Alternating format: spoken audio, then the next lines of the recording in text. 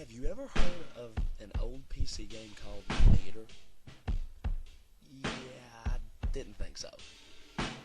Probably because many people say it doesn't even exist.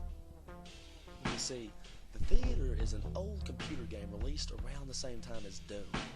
Today, if you ever find it, it's only available on crappy bootleg CD-ROMs which, more often than not, don't even actually contain the game.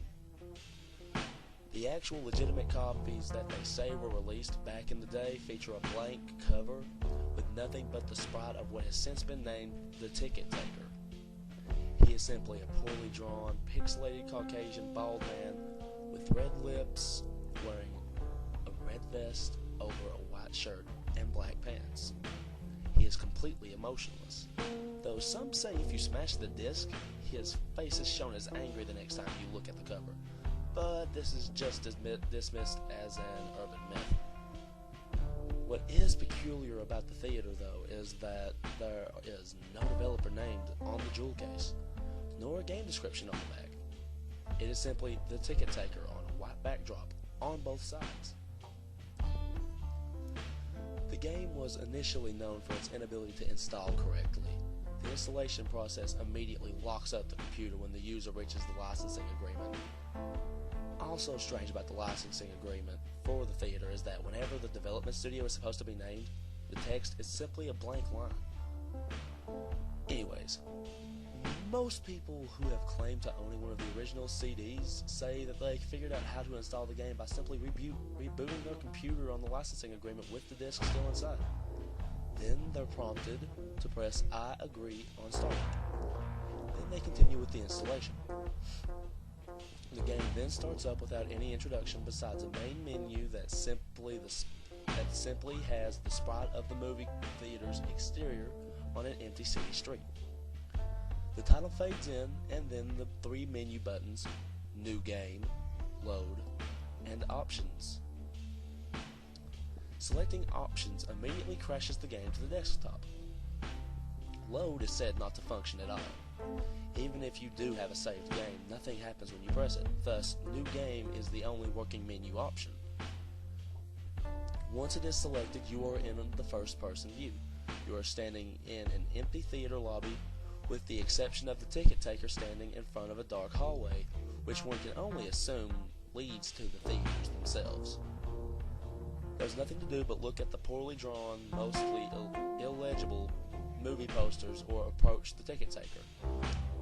Once the player moves towards the ticket taker, a very low quality sound clip plays saying, "Thank you, please enjoy the movie," along with a speech box saying the same thing. You then walk into the hallway and the screen fades to black, and you're back in the empty lobby and you do the exact same thing again and again and again and again. While this may sound like a really horrible game, a number of peculiar things occur as you continue to play it. The number of times that you continue into the hall after giving your ticket to the ticket taker before the strange events happen is unknown. Most state that it's completely random and it could take anywhere from the first playthrough to the 400th. What happens though has deeply disturbed some players.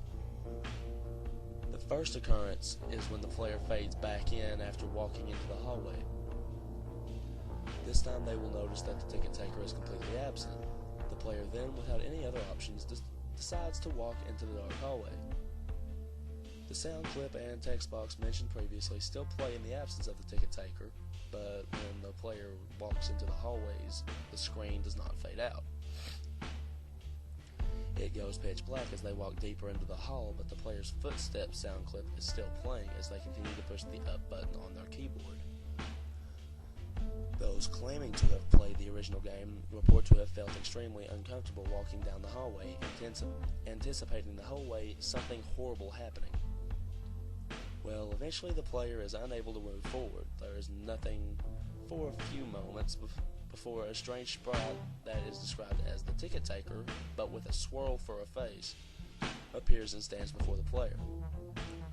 The original players of the game say that their bodies immediately froze up and their stomachs churned when they saw this sprite, which has been appropriately named the Swirly Headman. Nothing happens as the swirly headman stands before them. Then suddenly a piercing screech plays as the game glitches out. This lasts for a few minutes with the screeching being continuous. Then the players abruptly return to the lobby with all the sounds and graphics being as they should be. The game continues normally for the next couple of cycles of entering the hallway with a couple of the original players claiming the swirly headman would briefly appear and disappear in the corner of the screen as a brisk yelp sound effect plays. Then, at some point after meeting the swirly headman, the player sees the ticket taker pacing back and forth, though there is no walking animation. The sprite's limbs are completely static, so he just hops up and down slightly as a substitute, with his eyes being wide and his mouth open to simulate a worried facial expression. Some players noted that the movie posters had been replaced with images of the swirly headman, which caused them to immediately turn their character's head away from the posters and approach the ticket taker.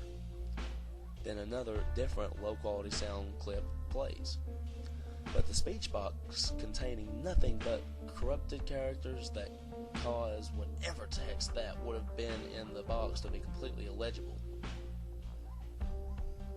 Due to the extremely low quality of the sound, it is debated by players what exactly the ticket taker says at this point, though it is widely agreed that he says, "Never reach the other levels." Then the screen fades out once again and returns the player back to their starting point in the lobby. But the ticket taker is gone, and the hallway is blocked by a large brick wall sprite. Touching the brick wall will immediately crash the game, and that's all there is to it. No one knows what the other levels are or how to gain access to them. Nor is it known why the swirly headman causes such acute fear in those who have seen him in the game. All the original copies of the theater have either been lost or destroyed. But the creepiest part is the fact that all the original players of the game claim to occasionally see a brief glimpse of the swirly headman out the corner of their eyes.